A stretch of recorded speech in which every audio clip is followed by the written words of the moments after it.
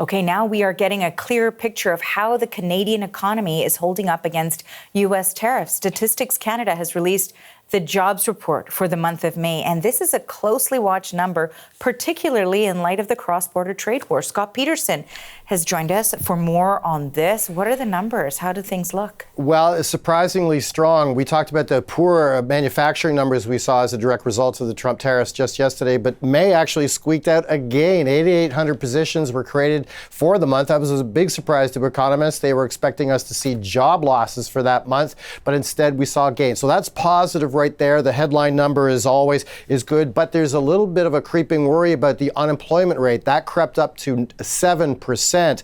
And outside of the pandemic, that's the highest level that's been going back 9 years. So some worry about that. But when we dig into the numbers, there's now about 1.6 million unemployed Canadians. That's up about 14% from this time last year. We did see the private sector creating jobs. It created about 61,000 positions, and that's good. That's where you want to see jobs being created. However, we did lose about 32,000 from the public sector. A lot of that having to do with a post-election and firing of election workers. And so that was sort of expected there. We also saw gains in wholesale and retail trade. We saw losses as expected in transportation and warehousing. And one real worry because of the tariffs hitting up now in the auto production is we saw a loss of 12,000 jobs in manufacturing. So that is a bit of a red flag and one to watch for the future. Now, according to economists going forward, the Canadian economy needs to create about 30,000 positions on average per month to keep the unemployment rate where it is now. But a lot of economists now saying that once these tariffs are hitting in now,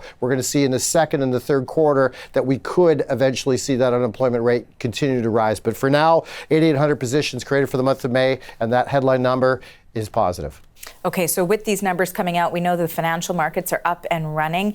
There's the U.S. jobs report too. So how is that all playing out? Yeah, we saw a created positions of 139,000 in the U.S., a little bit more than expected. So it sort of shows you how much money is sitting on the sidelines for these markets waiting for any kind of good news. And so this is a signal that the economy in the U.S. anyways is not as bad as expected, and that's a market mover. Let's take a look at how the markets are reacting. We're seeing the price of oil to the upside. We're seeing the Canadian dollar pretty much no change really against the U.S. counterpart. And let's get to the markets themselves. We're seeing them up very strongly to the upside with the TSX, with the Dow Jones, the S&P, and NASDAQ, all in positive territory. And a footnote, we were just talking about Tesla. Those shares bouncing back a little bit this morning, up about 5%. So we'll see how that bromance plays out today. Okay, thank you, Scott. Thanks, Martha.